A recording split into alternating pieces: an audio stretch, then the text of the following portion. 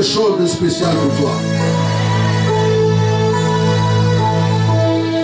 Le Saint-Esprit m'a dit, avant même que tu prêches, je vais multiplier les mariages dans ce lieu. Il m'a dit, je ne veux plus de péché sexuel. Je ne veux plus aussi que les enfants qui désirent le mariage restent chez eux à la maison en train de pleurer. C'est pourquoi je sens une onction forte. C'est une onction de mariage. Quelque chose va se passer. Les célébrations, et ça va être fort. On va commencer à multiplier les mariages. C'est pourquoi maintenant, là où vous êtes arrêtés, le Saint-Esprit lui-même, avec les anges qui sont présents dans ce lieu, sont en train de toucher. Et il y a des personnes, si dans le couple, ça ne va pas, ou ils vivaient en couple avec quelqu'un depuis longtemps, mais les choses ne sont pas concrétisées. En fait, là, l'onction qui descend, c'est l'onction de la famille. C'est l'onction de la restauration dans la famille. C'est l'onction du mariage. C'est l'onction de la paix dans la famille. C'est l'onction de la tranquillité dans la famille. Maintenant, Saint-Esprit, attribue cette grâce à tes enfants. Surveillez-les. C'est toi qui m'as dit, je veux cette onction avant que tu prêches. Maintenant même. Il y en a les quoi va commencer à chauffer le bout de la main où on met la bague. Ils vont voir que leur main gauche est en train de chauffer parce que absolument la bague du mariage va venir. Il y en a qui vont sentir dans les pieds comme du feu parce que ce qui t'empêchait d'avancer vers ta bénédiction sur le plan marital est en train de se briser. Et certains sentiront même dans leurs mains comme sorte de démangeaison parce qu'on est en train de retirer maintenant tout ce qui t'empêche de rentrer. Oh, dans ton mariage. Et je veux dire aussi qu'il y a d'autres qui vont avoir le cœur comme une douleur dans le cœur. Mais ce n'est pas grave parce que Dieu est en train de ramener la paix dans ta maison. Que cette onction circule maintenant. Surveillez-les. Surveillez-les. Recevez maintenant. Que cette onction de famille descende sur vous. Vous avez assez pleuré. Maintenant que la paix descende sur vous. Que cette tranquillité descende sur vous. Saint-Esprit, je n'irai pas les toucher. Je n'irai pas vers eux. Toi-même qui les connais là où ils sont arrêtés. Maintenant, agis fort. Surveillez les Yanans. Ils ne seront pas. Ils ne pourront pas rester dans les bancs, dans les rangées. Et je vois plusieurs colonnes de feu sur les têtes là-bas où ils sont arrêtés. C'est fort. Ça a commencé. La restauration. Tout commence par la famille. Tout commence par la famille. Là où nous vivons, là où nous donnons, là où nous mangeons, tout commence là-bas. Et Dieu veut restaurer cela maintenant. Voici la paix qui revient vers toi. Recevez maintenant. Non, Jésus. Recevez. Je suis venu t'accorder cette paix. Je suis venu t'accorder cette restauration. Même si ton mari n'était pas ici, il n'est pas présent, cette paix lui est communiquée à cause de toi. Si ta femme n'est pas présente, cette paix lui est communiquée. Si un homme t'aime, qui ne peut pas te marier parce qu'il y a des difficultés, je viens briser ces difficultés. Si une personne te regardait et cette personne a envie de te faire du bien, mais il y a des choses qui l'empêchent de le faire, je viens briser cela. Oh, ton mari qui t'a quitté, la personne qui t'aimait, qui t'a délaissé, je suis en train de l'obliger à revenir vers toi.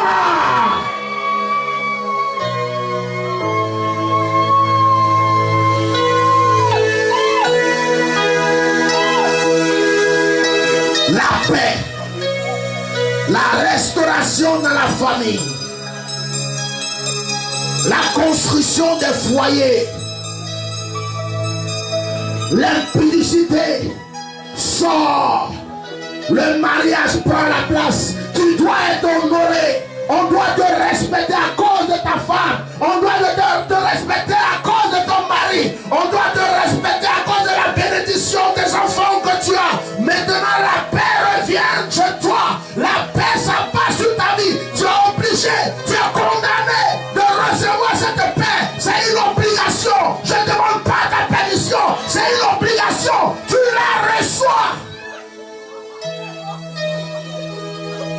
Tu n'as pas le choix.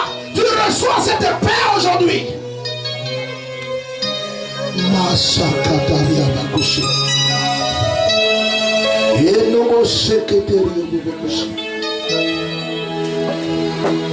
Je ressens des douleurs dans mon cœur, comme certaines femmes ont tellement pleuré pour des problèmes de couple. My son, pray the Lord. Tes pleurs se transforment en joie. Oh, cet esprit, surveillez-moi, commando. Protégez-moi, quelque chose va se passer. Toutes celles qui concernent les douleurs que je reçois dans mon cœur, amène-les me toucher pour prendre la paix qui m'envahit maintenant. Protégez-moi. Je vais juste qu'on me touche. Je ne veux pas qu'on déchire mes vêtements. Saint-Esprit, c'est le moment. Amène-les à moi là. Que la paix qui me visite les touche. Et m'a aussi tout près. Et ma socoute. Aidez-les. Il te proche. Reçois la paix. Oh, ça m'a choqué. Va avec cette paix. Ah, ma sac. Amène cet esprit. J'ai un message à prêcher aujourd'hui. Il ne parle. Que cette paix t'environne. Et qu'elle contamine toute ta famille.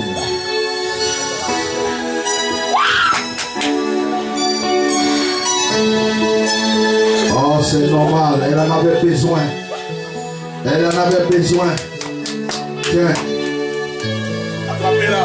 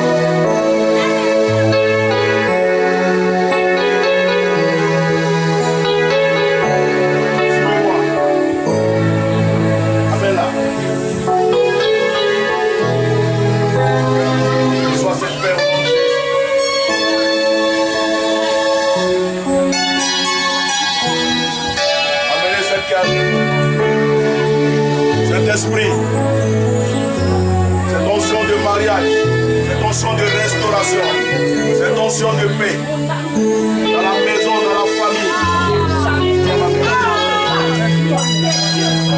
Je veux te bénir en ce jour, je veux te célébrer en ce jour, Seigneur, je veux te célébrer en ce jour, Seigneur.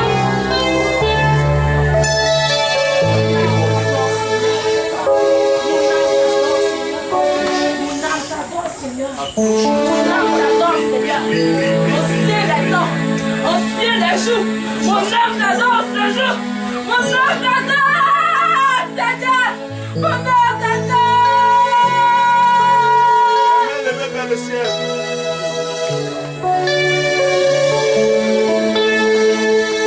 La main levée vers le ciel. Utilise ma voix, Seigneur. Utilise-moi, Seigneur. Les mains levées vers le ciel, recevez.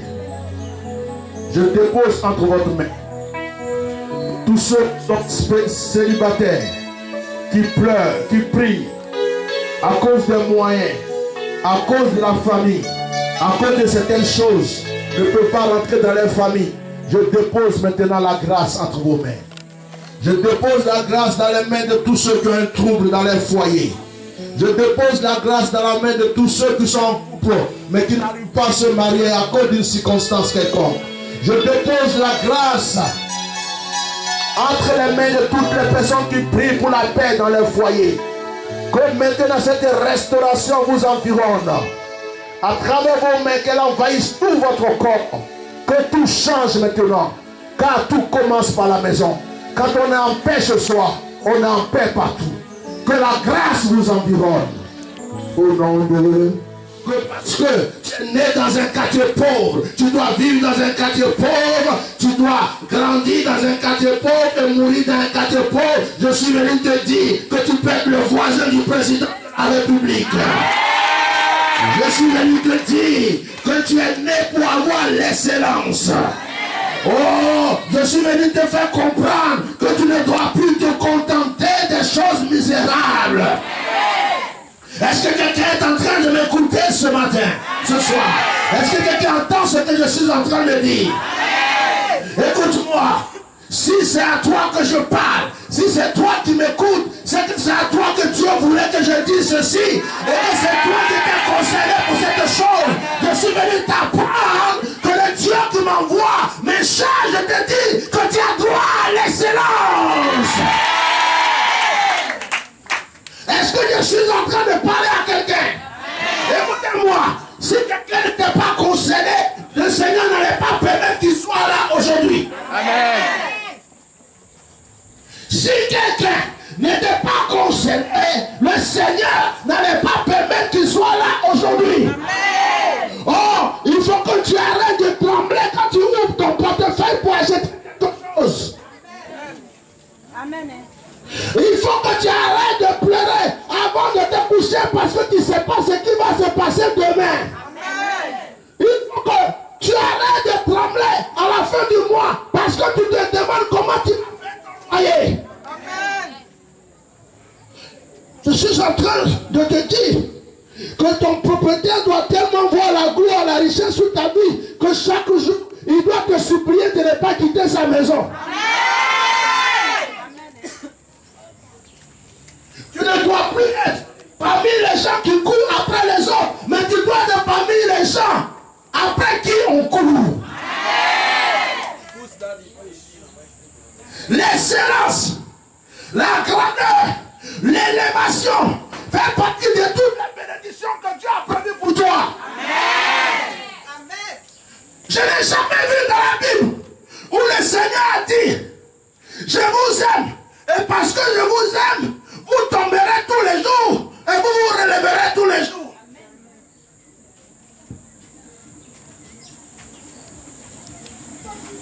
Il y en a qui sont tombés tout le temps, qui tombent tout le temps. Dans toutes les réunions, le prophète a prophétisé. Un autre prophète est venu prophétiser, l'onction les a visités. Mais,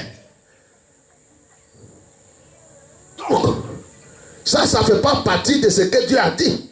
Dieu a dit: tu tomberas peut-être parce que quelque chose de mauvais va sortir de toi. Mais quand tu te relèves avec quelque chose de bon. C'est pas mauvais de tomber, mais c'est bon de se relever avec ce qui est meilleur. Ah, quelqu'un m'a écouté ce soir. Écoutez-moi, l'onction n'a pas de prix.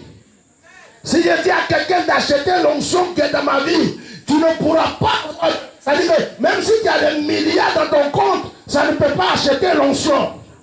Or, vous touchez l'onction, vous goûtez l'onction. C'est-à-dire l'onction vous visite du matin au soir, à chaque fois, parce que Dieu a rempli un de ses serviteurs. Et ce serviteur vous communique. Écoutez-moi, l'onction n'a pas de prix, parce que l'onction peut tout faire. Dans la Bible, il y avait un magicien qui s'appelait Simon. Simon a vu la manifestation de l'onction tellement que c'était fort. La Bible dit, il a dit aux disciples: Combien je peux vous donner pour que vous me donnez cette chose-là aussi? Or, avant que les disciples n'arrivent, ce monsieur avait une renommée. Ce monsieur avait une très grande renommée. Mais lorsque les disciples sont arrivés avec l'onction, sa renommée n'a plus de valeur.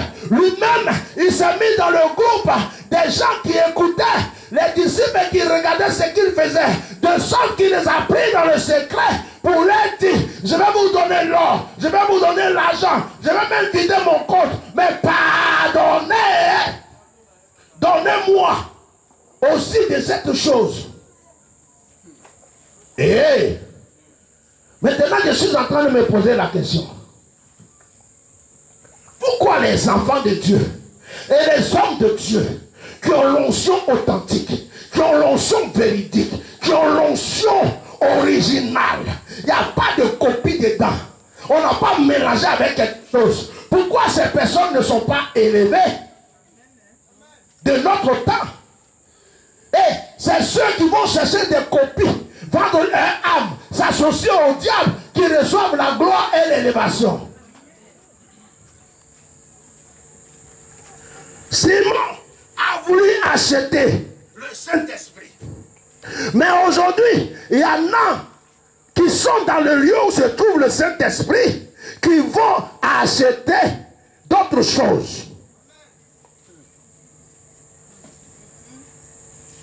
Il y a aujourd'hui, dans certaines familles, si un de leurs enfants dit: Dieu m'a appelé, ils vont le maudire, ils vont le chasser de la maison. Même si ces personnes ont un pasteur, même s'ils vont toujours se prier sur le pasteur. Pourquoi? Parce qu'ils n'aimeraient pas que leur enfant soit serviteur de Dieu. Parce que pour eux, être serviteur de Dieu, c'est synonyme de pauvreté et de misère. Or, ce qui est en nous attire la richesse, attire la grâce, attire la puissance. Quand tu es vilain, que tu as le Saint-Esprit, tu deviens beau. Il n'y a rien qui puisse faire. C'est-à-dire que quand tu as l'Esprit de Dieu, quand tu as l'Esprit, l'onction de Dieu, tu deviens une star dans le monde spirituel et dans le monde physique, ça se voit. Ça veut dire que si je voulais marcher comme ça maintenant, je pouvais. Parce qu'on n'a pas besoin de me dire: je suis beau. Ce qui est en moi est beau. Si je ne l'avais pas en moi, je pouvais dire que j'étais peut-être vilain. D'ailleurs, la preuve, avant de l'avoir, on ne me calculait pas. C'est quand je l'ai eu qu'on me calcule. Tous ceux qui me disaient, même des fois, même sur mon Facebook, il y a des gens qui sortent comme ça: bonjour éminence. Tu ne te rappelles pas de moi? C'est qui? Et c'était à Yamoussoukro, c'était à Tumoti, c'était à... Oui, en quelle année? Dans cette année-là, est-ce que tu m'as parlé? Tu m'as considéré. Si tu m'avais considéré, je me serais rappelé de toi. Pourquoi c'est maintenant que tu viens? Aïe, aïe, aïe. Parce que quelque chose est à moi. Et cette chose reflète la gloire. Je n'ai pas besoin de porter costume. Même quand je suis en shop, avec les en attendant, quand je marche comme ça, les chauffeurs de voiture tournent les têtes, les femmes tournent les têtes, les gens qui sont dans les 4x4 tournent les têtes, tout le monde tourne sa tête, parce qu'il y a quelque chose à moi.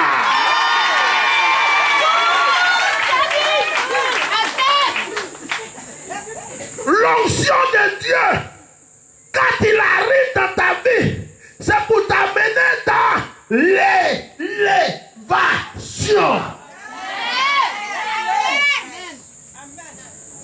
Le Saint-Esprit, ce n'est pas seulement pour parler en langue, pour prophétiser, pour tomber, se lever, pour déclarer. C'est pour vivre dans la gloire. C'est pour vivre dans la gloire. Oh. Je ne sais pas pourquoi. Depuis que je me suis levé pour prêcher, le Seigneur me parle de la terre d'ici. La terre de ce quartier. Je ne sais pas si on appelle village, quartier ou quoi. Mais il y a quelqu'un qui va mourir ici dans pas longtemps.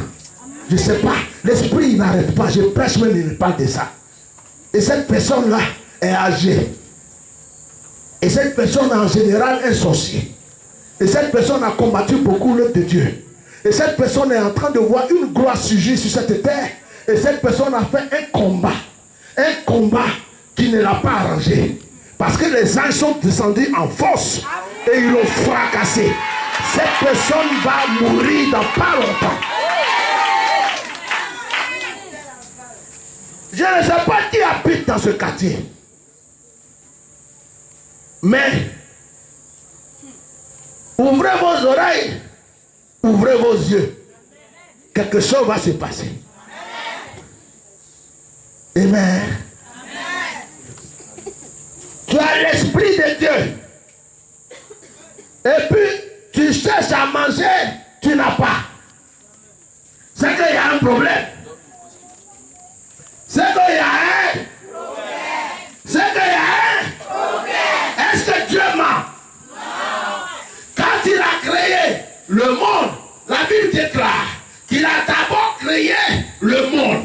Il a créé le ciel, il a créé la terre, il a créé les animaux, il a créé tout ce qui devrait être à la disponibilité de l'homme. Quand il a fini, il a vu que toutes ces choses étaient prêtes. C'est là qu'il a créé l'homme. Et quand il a créé l'homme, qu'est-ce qu'il a dit à l'homme? Est-ce qu'il a dit à l'homme, tu seras dominé? Est-ce qu'il a dit à l'homme, tu seras pauvre? Est-ce qu'il a dit à l'homme, tu seras malheureux? Je crois bien que dans ma Bible, il est écrit, maintenant, dominé, assujettissez. C'est-à-dire que tout ce qui est sur la terre, le ciel, le vent, tout ce qui est sur la terre appartient à l'homme. Mais qui a dit ça? C'est Dieu. Dieu est qui? Dieu est mon Père. Donc si c'est mon Père qui a dit ça, et que le ciel et la terre appartiennent à mon Père, et que c'est lui qui a créé, c'est que ces choses sont à moi. Et mon Père Dieu va faire une déclaration. Il dit, l'or et l'argent m'appartiennent. Si l'or et l'argent appartiennent à mon Père, c'est que moi-même, je dors dans l'or et l'argent. Mais il y a un problème. Je ne peux pas vous dire que vous allez être élevé sans vous expliquer comment être élevé. Parce que Amen c'est bon. Amen est bon. Mais si vous devez me poser une question, c'est papa, comment on va faire? Chaque bénédiction, chaque chose que Dieu a créée, chaque grâce qui doit venir vers nous, a un chemin à prendre.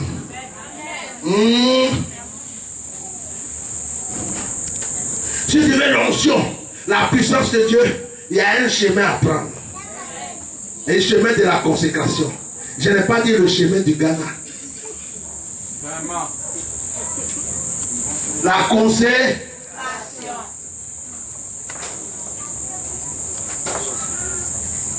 Si tu veux être béni financièrement, il y a un chemin à prendre. Dieu dit, j'ai créé, la chose est là. Mais pour que la chose vienne vers toi, la chose vient par ce chemin. Si toi tu prends le chemin qui est là-bas, tu ne peux pas voir la chose. Donc prends le chemin que la chose prend et puis vous vous rencontrez. Il y a des choses qui n'ont pas besoin de prière. J'ai déjà vu une femme stérile en Italie. Elle a prié, elle a jeûné, elle a fait tout ce qu'elle voulait faire pour avoir un enfant. J'ai déjà vu cette femme avec son mari qui ont fait une offrande pendant un moment prophétique. L'année dernière, quand je suis retourné en Italie, la femme et son mari étaient en train de présenter leur enfant au Seigneur. J'ai pris le bébé dans la main, c'est moi qui l'ai présenté à Dieu. C'était pas le jeûne, c'était pas la prière, c'était leur offrande qui a libéré l'enfant dans le ventre. calculons toujours. Dieu, lui, ne calcule pas. Mais il envoie vers toi l'ange du calcul. Amen. Dieu n'a pas besoin de calculer. Le calcul est de lui-même. C'est lui qui a dit créons l'homme. C'est lui qui regarde ta jolie forme quand il marche et puis tout le monde te regarde. Dieu a vu ça sans que personne ne lui donne conseil. Qui a dit à Dieu, il faut faire 10 doigts, 10 orteils, 10 doigts, je suis en train de me mélanger le cerveau. Comment on appelle, 10 doigts, des ongles. Qui a donné tous ces détails à Dieu? Qui a dit à Dieu n'a pas créé Babou? Qui a dit à Dieu, quand il va créer la femme, il faut que son derrière soit comme ça et son devant comme ça.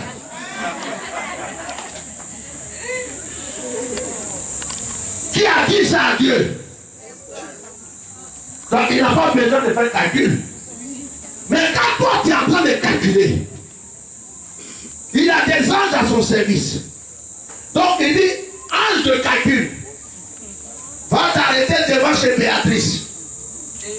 Tant qu'elle n'a pas fini de calculer, ne la laisse pas sortir. Et dès qu'elle sort, si elle touche sa porte, apprends-la à calculer. Parce que ses calculs sont mal faits. Donc Béatrice conçut ses 200 000 francs pour aller faire le commerce. Elle a fait ses calculs. Quand elle sort, l'ange du calcul dit, tu n'as pas payé ta dîme, ça s'en va. Tu n'as pas payé ça, ça s'en va. Le prophète Arnaud n'a pas encore payé son loyer, ça s'en va. Donc Béatrice se retrouve de 200 000, elle se retrouve avec 5 000. Amen. Et puis, elle prie, elle dit, mais pourquoi Dieu, Seigneur, pourquoi tu me fais ça à chaque fois? L'argent tombe dans ma main, je ne sais même pas où ça va. L'argent, tu sais où ça va? Ça va dans le panier des calculs.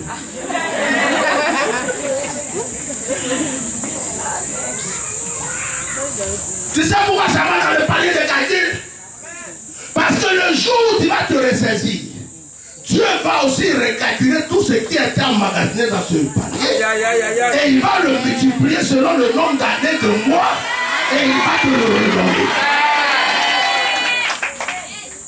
Parce que Dieu n'est pas un voleur. Si vous prenez votre Bible, dans Genèse, le chapitre 8, le verset 22, c'était après que Noé est sorti de l'arche. Noé est sorti de l'arche. La première chose que Noé va faire, c'est quoi? C'est de bâtir un autel à Dieu. Il bâtit un autel. Écoutez-moi très bien. Il est rentré dans l'arche avec les animaux. Il est rentré avec les animaux en couple. Ça veut dire que le nom était déjà bien précis. En temps normal, il sort de l'arche. Ces animaux doivent servir à sa richesse. Ces animaux doivent servir à sa nourriture. Ces animaux doivent servir à la suite de... Parce qu'il ne sait pas ce qui va lui arriver. Il est seul maintenant, on va dire seul au monde. Donc, il pouvait dire, ah, je conserve ces choses parce qu'il ne sait pas ce qui va se passer encore demain. Il n'a pas demandé la permission à Dieu. Il y a des enfants de Dieu, surtout en Europe, surtout en France. Quand il ne parle d'offrande, il dit, je vais aller questionner Dieu. Je vais aller poser la question à Dieu. Mais quand il te donne une prophétie qui ne concerne pas l'argent, là c'est Amen. Quand je ne connais pas chez toi, que je te dis précisément ce qui se passe, oh, tu es un grand homme de Dieu. Mais quand je dis, le même Dieu qui m'a donné les révélations pour toi me dit de faire poser tel acte. Oui, j'ai compris, mais l'esprit ne m'a pas encore convaincu. Il faut que j'aille prier que l'esprit ne va pas te convaincre. Parce que tu ne mérites pas ma bénédiction. Amen. Noé sort. Il ne demande pas la permission à Dieu. Normalement, les animaux qui sont dans l'arche n'appartiennent pas à Noé. Yes. Ce n'est pas à lui. C'est Dieu qui a dit qu'il les met 2 à 2. Il pouvait dire à Dieu, je fais quoi? Il n'a rien dit. La Bible dit, il a bâti un autel. Et il a donné les animaux les plus beaux, les plus grands à Dieu. Yes. L'odeur est montée au ciel. Dieu a senti l'odeur. Dieu aime les bonnes odeurs de vos offrandes. Ça a déplacé Dieu de son trône. Et Dieu descendu. Il dit, Noé, à cause de ce que tu viens de faire, il n'a pas dit à cause de ta foi, il n'a pas dit à cause de ta vie de prière, il n'a pas dit à cause de ton évangélisation, il dit à cause de cette offrande que tu viens de faire, cette odeur que j'ai sentie, désormais la loi de Sémaï existera. Il a d'abord dit, je ne permettrai plus de déluge. C'est-à-dire cet événement-là n'arrivera plus jamais. À cause de ce que tu viens de faire. Il y a des choses qui devraient arriver dans ta famille. Il y a des choses qui devraient arriver pour tes enfants. Il y a des choses qui devraient... Il y a de mauvaises nouvelles qu'on devait t'appeler pour t'annoncer du village. Qui peuvent être contrecalées à cause de ta fidélité dans tes offrandes et tes dîmes.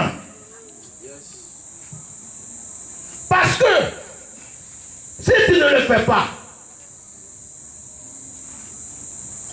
ça me rappelle l'histoire de quelqu'un. Il vient à l'église. On parle. L'homme de Dieu prêche. Vraiment, l'église avait un besoin énorme. Et puis, il était assis. Il y a des gens qui n'ont rien, qui se lèvent pour faire le front. Lui, il avait l'argent, mais l'argent était calculé pour aller faire quelque chose. Le Saint-Esprit lui dit, c'est de toi le pasteur, pas lève-toi, va donner. Il a insisté jusqu'à il n'a rien donné. Le lendemain soir, il court, il vient pleurer devant le pasteur. Pasteur, ton Dieu est trop puissant. Il te demande pardon. Tu as fait quoi? Tu as commis l'adultère? Non. Tu as tué quelqu'un? Non. Tu as fait quoi? Non. Il dit, pasteur, quand tu étais en train de prêcher, hier, le dimanche, en parlant des offrandes, la somme même que tu demandais, la somme que tu étais dans ma poche, mais comme je devais aller faire telle chose, je ne pouvais pas, je ne voulais pas. Il dit, mais qu'est-ce qui s'est passé? Tu veux venir la donner maintenant? Il dit, non. Quand je suis sorti, je ne sais même pas ce qui s'est passé. L'argent a disparu. Je n'ai pas pu faire ma chose, je n'ai pas donné à l'église. C'est pourquoi je vais te donner pardon. Pasteur, prie pour moi. Le pasteur dit, quand tu vas retrouver l'argent et que tu reviendras, je prierai pour toi. Pour le moment, va chercher. La Bible dit que Abraham a été fidèle à son propre père. Pendant que Dieu venait faire alliance avec lui, sa femme était stérile. Je vais dire à quelqu'un, Dieu connaît le problème que tu as. Ce n'est pas parce que Dieu ne sait pas qu'il y a la stérilité financière chez toi. Ce n'est pas qu'il ne sait pas qu'il y a la stérilité matérielle, sentimentale. Il voit tout ce qui est stérilité dans ta maison. Il voit tous les problèmes qui sont dans ta maison. Mais il a besoin de voir ta fidélité envers le Père qu'il t'a donné avant de faire alliance avec toi. Si quelqu'un comprend les mystères que je suis en train de sortir aujourd'hui, sa vie changera. Si tu n'as pas compris, on peut prophétiser sur toi, on peut parler, et je vais te révéler quelque chose aujourd'hui. La prophétie ne s'accomplit pas sans un acte.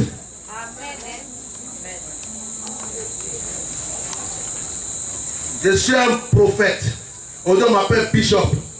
Tout Yopoko m'appelait prophète équin. Autant de Kakou était à Cocody. Il faisait les actions. Moi, j'étais là-bas. Yopoko, Toit Rouge, nouveau quartier. Il y a une salle. Les monts s'élevaient. Les paralytiques s'élevaient. Jacques vit l'église pentecôtiste unie internationale. C'est moi qui ai mis ça sur pied. Pour la première, 2 enfants soumis ont parlé.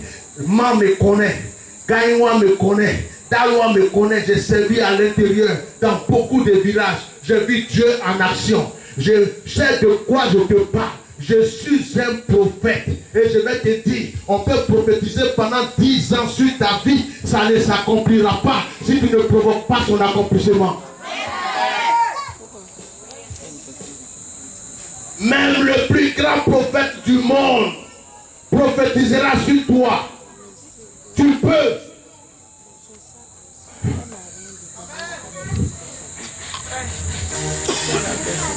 Tu peux faire que la chose s'accomplisse même avant la date qui t'a dit. Et tu peux faire de sorte que la chose se repousse. Il y a des prophéties. Parce que la prophétie c'est quoi même? Quand ça sort c'est une parole. Quand c'est sorti elle est là et puis elle te regarde. Elle est comme c'est pas pingouin, il faut dire momie. Elle est là et te regarde comme ça. Zombie, moi aussi mon frère, mon fils. Elle te regarde dans un peu petit. Quand il va à gauche, il va à droite. Alors il dit, je vais bénir l'homme de Dieu.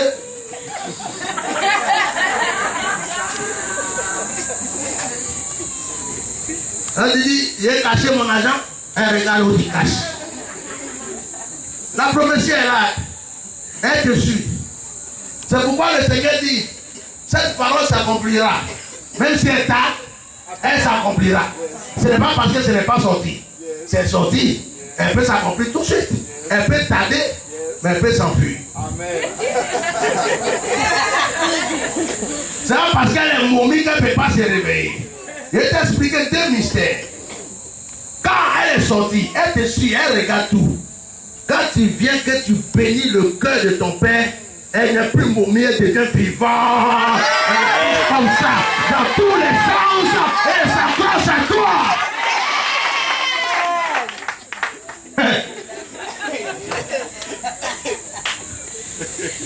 Elle a un temps, elle attend. Quand tu ne bénis pas ton père, elle est momie, elle est là, elle regarde. Une fois, deux fois, trois fois, quatre fois, 5 fois, 6 fois, 7e fois là. Quand on dit faites proclamation pour la bénédiction, la prophétie est là. Elle te dit là, il veut qu'il y ira. Tu l'achètes, tu ne la vois plus. Elle a fui parce que tu voulais la prendre de force. Et tu reviens, tu dis, ah, je ne comprends pas. J'ai cru que c'était un grand prophète. Hein. Quand elle a prophétisé, tu plages, j'ai dit amen, amen. Mais depuis là, ça n'arrive pas. Demande-toi si tu n'es pas un peu sorcier quelque part. Tu veux que quelqu'un meure de faim. Et puis toi, tu viens traiter de la personne faux prophète. S'il était mort, tu allais le voir où pour prophétiser sur toi. Il y a des gens qui meurent à cause de faim, vous ne savez pas. S'il ne paye pas son loyer, on le chasse de la maison. Il dort dans la rue. Il va faire comment pour s'habiller pour venir prêcher?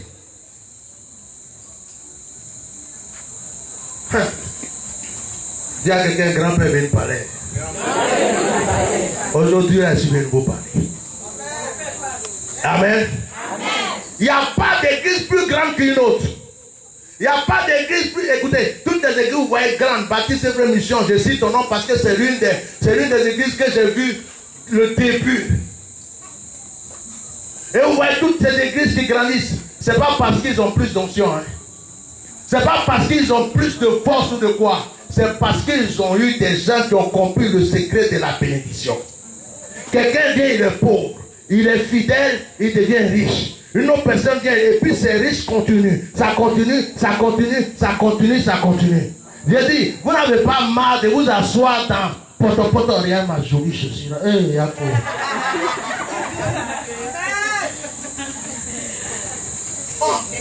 Amen. pourtant, s'il y a l'église carolée avec climatiseur, vous-même vous avez compté, à tout même, je vais m'asseoir où il y a split, là, c'est là qu'elle vient même. Amen. Mais qu'est-ce qui provoque ça? C'est ta bénédiction qui provoquera ça. Or, pour être béni, il faut provoquer ta bénédiction. Quand Abraham est parti, dans Genèse le chapitre 12, quand Dieu a parlé à Abraham, il a dit, quitte la terre où tu étais là, va dans tel lieu. Écoutez-moi, qu'est-ce qu'Abraham a fait en premier? Il a bâti un hôtel. Est-ce que vous lisez vos Bibles? Il a bâti quoi? Un hôtel. Il a fait une offrande à Dieu avant de commencer son chemin. Des fois, vous voulez faire un commerce. Vous avez l'argent du commerce, mais vous n'êtes pas allé voir l'homme de Dieu pour faire l'offrande, pour qu'il prie pour vous avant que vous commenciez le commerce et ça ne marche pas, vous êtes étonné. Amen. Il a fait son offrande d'abord. Il y a quelque chose qui ne marche pas dans ta vie parce qu'il y a quelque chose que tu n'as pas encore compris ou que tu n'as pas encore fait. C'est ce que je suis venu te dire. Je n'ai pas dit que tu ne fais pas d'offrande quand tu viens à l'église. Ça, tu le fais. Avec les petits jetons que tu calcules avant de venir. Ça là, quand on va partir à offrande, donc je mets ça à gauche, je mets ça à droite, ça là c'est pour ça, ça là, tu fais ton calcul bien, puis tu viens. Quand tu viens tourner, mais tu danses. Comme si tu avais pris tous les trésors de ta maison. Alléluia, Jésus, et puis tu te déposes. Oh, ta prophétie à côté de toi, elle te regarde et dit, toi, je vais rentrer en toi, mais on dirait que tu mens trop, hein.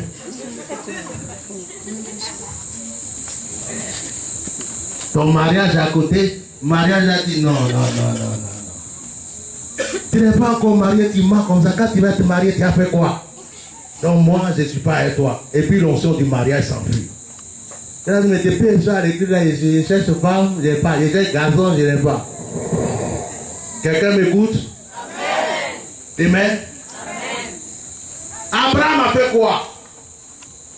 Il a bâti son hôtel. Écoutez-moi, dans Genèse chapitre 15 encore, quand Dieu est venu renouveler l'alliance avec Abraham, Abraham a bâti encore un hôtel. Abraham, sa force, c'était de faire des offrandes. Attends, il n'a bien m'écouter d'abord. Si tu continues, tu vas faire une offrande de coupage de messages. Abraham, ce qui le faisait avancer, c'était les offrandes. Et c'est resté dans la vie de ses enfants. Isaac faisait des offrandes.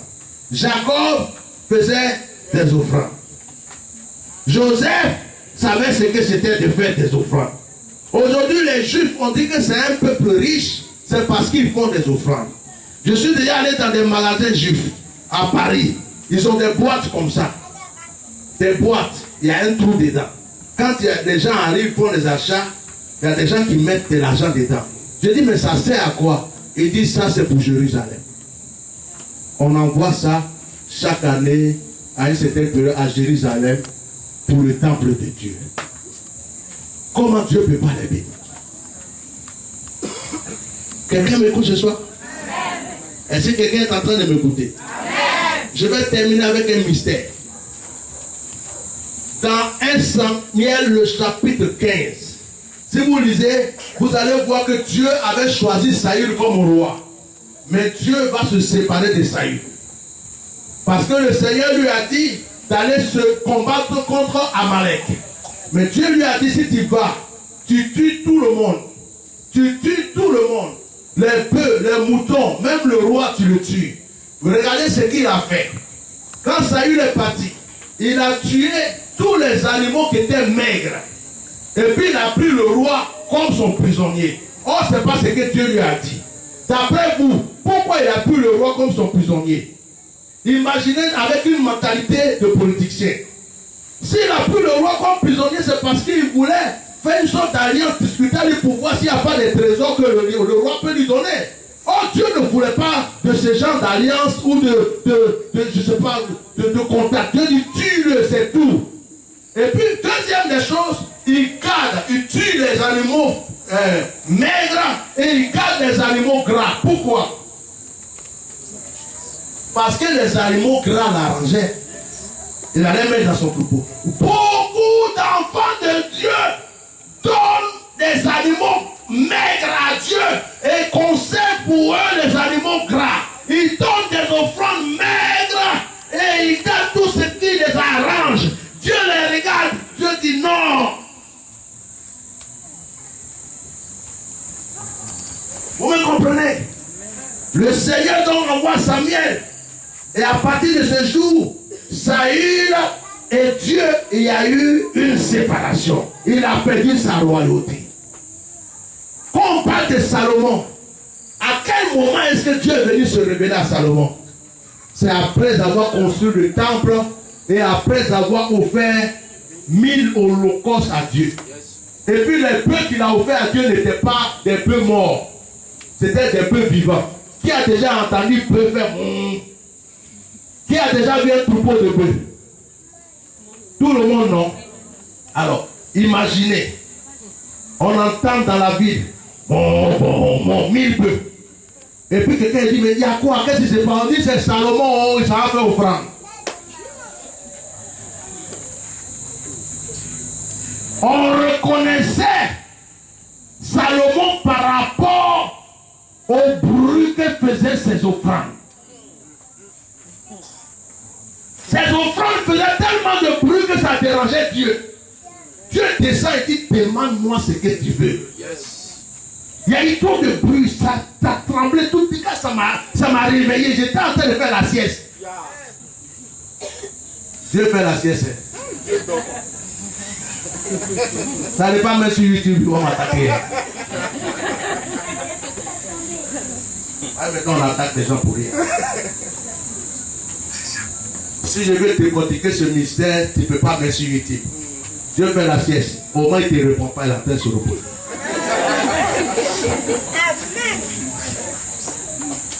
Parce que tu n'as pas fait ce qui peut le réveiller. Donc il ne dort pas, mais quand tu pries, il dit, Gabriel, il faut bien mettre mon oreille là. Et s'il finit, tu viens me... Amen. Et il y a l'autre personne, quand il vient, il dit, qui arrive là à la prière. Quand il dit son... Il dit, oh, place bien ma chaise. Lui, il peut l'écouter parce qu'il fait avancer mon œuvre. La Bible dit, les bœufs, 1000 bœufs. Oh, là, on n'est pas 1000 ici. Hein. Imaginez 1000 bœufs en train de traverser ce quartier. 1000 bœufs. 1000, j'ai dit 1000, j'ai pas dit 100. Et puis, les gens sont dit, mais il y a trop de bruit, c'est quoi? On dit, mais c'est pas Salomon, il s'en va faire offrande encore. Hein?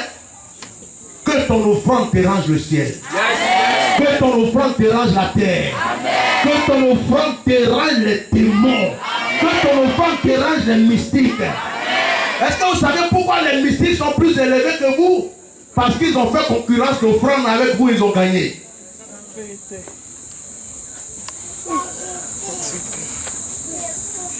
Les mystiques font offrande. Ils font concurrence d'offrande avec vous. Francs-maçons, ils peuvent être ministres, mais dans leur loge, celui qui est leur patron là, il le respecte. Quand il est en train de manger, il a des gants. Il le sait avec des gants blancs. Il le respecte, c'est leur maître. Si le maître, même le menuisier du quartier, il lui doit du respect dans la loge. Et puis après on dit, pourquoi c'est les francs-maçons? Pourquoi c'est les... Est-ce que vous connaissez le nombre d'offrandes qu'ils font? Les musulmans font offrande. Les juifs font offrande. Le bouddhisme, on ne peut pas compter. Les femmes là font offrande jusqu'à maintenant, vous achetez les cheveux. Elles se rendent coco taillé pour que tu aies les cheveux.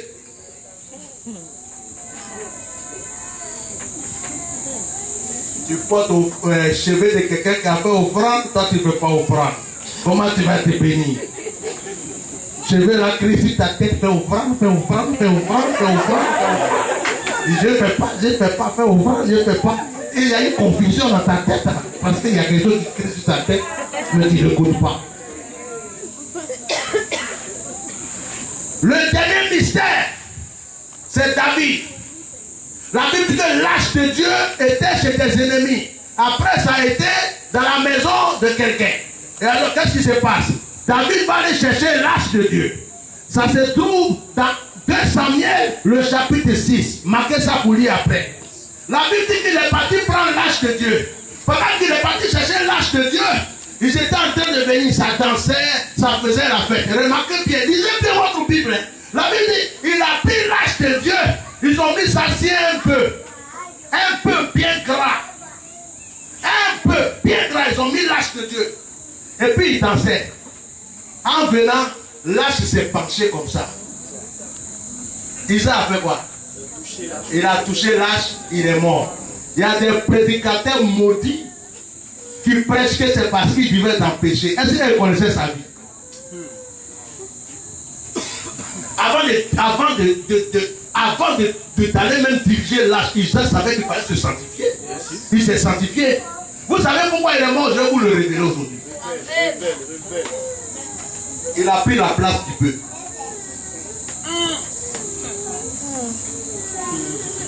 Ils ont pris l'âge. Ils ont commencé à l'amener dans la maison de Dieu, mais il y a une chose qu'ils ont oublié de faire. Ils n'ont pas fait de sacrifice ni d'offrande.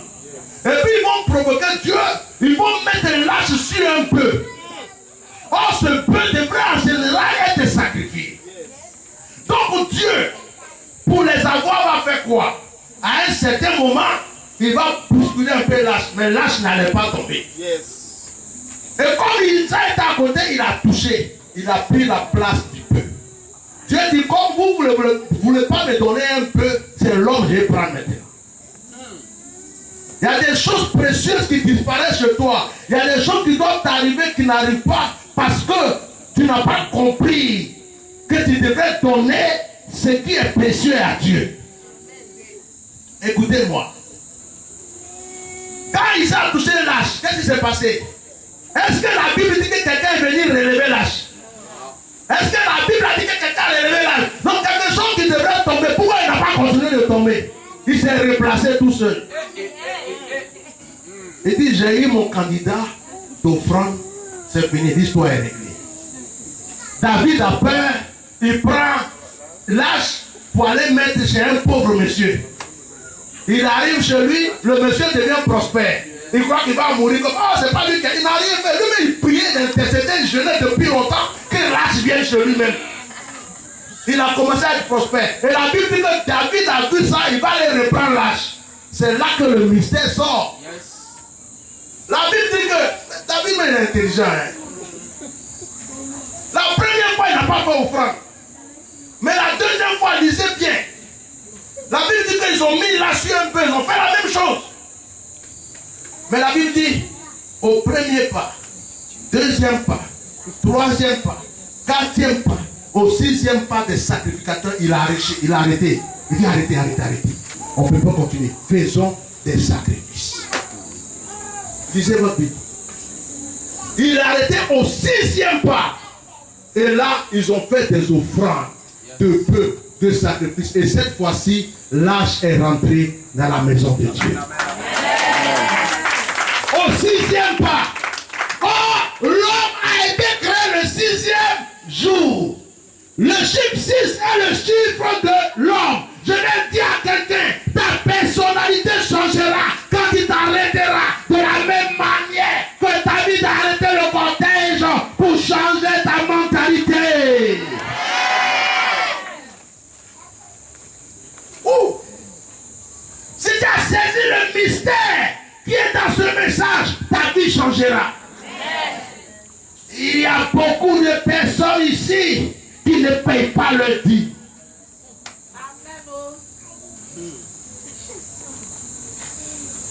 Il y en a même qui ne savent pas ce que c'est. Dîme là même, c'est quoi encore? C'est la 10e partie de ce qui tombe dans ta main. Il y en a qui vont dire, je ne travaille pas, je ne fais pas commerce, donc dîme là, je ne peux pas payer. Si quelqu'un t'a dit, tiens, 1000 francs, dîme qui est dedans là, c'est combien? 100 francs. Donc même vos enfants doivent payer dîme. Dans Malachie chapitre 3, il demande le peuple pourquoi on a la malédiction. Le Seigneur dit, vous êtes dans la malédiction parce que vous n'êtes pas fidèles. Vous ne payez pas vos dîmes et vous ne faites pas vos offrandes. C'est ça seulement qui va avoir problème sur vous. Et Dieu va terminer en disant, mettez-moi.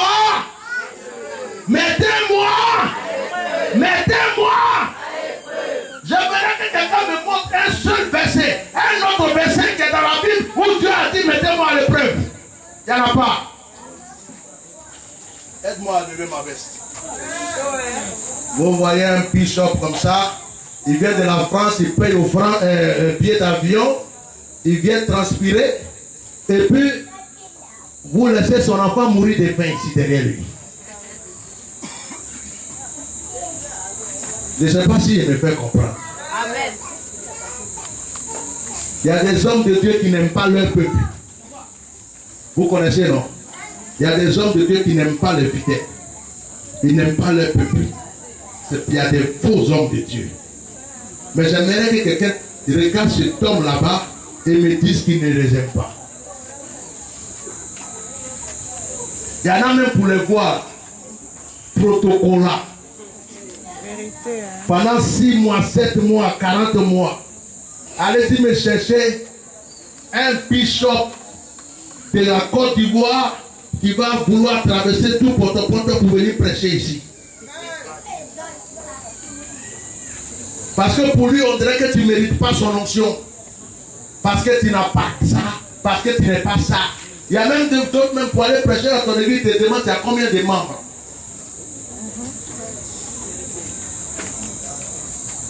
Quand un homme de Dieu est simple, quand un homme de Dieu est gentil, quand un homme de Dieu a un cœur, ça ne veut pas dire que c'est une poubelle. Ça ne veut pas dire qu'il mange cailloux. Et ça ne veut pas dire que lui, il a des anges qui viennent chaque soir pour lui donner un billet.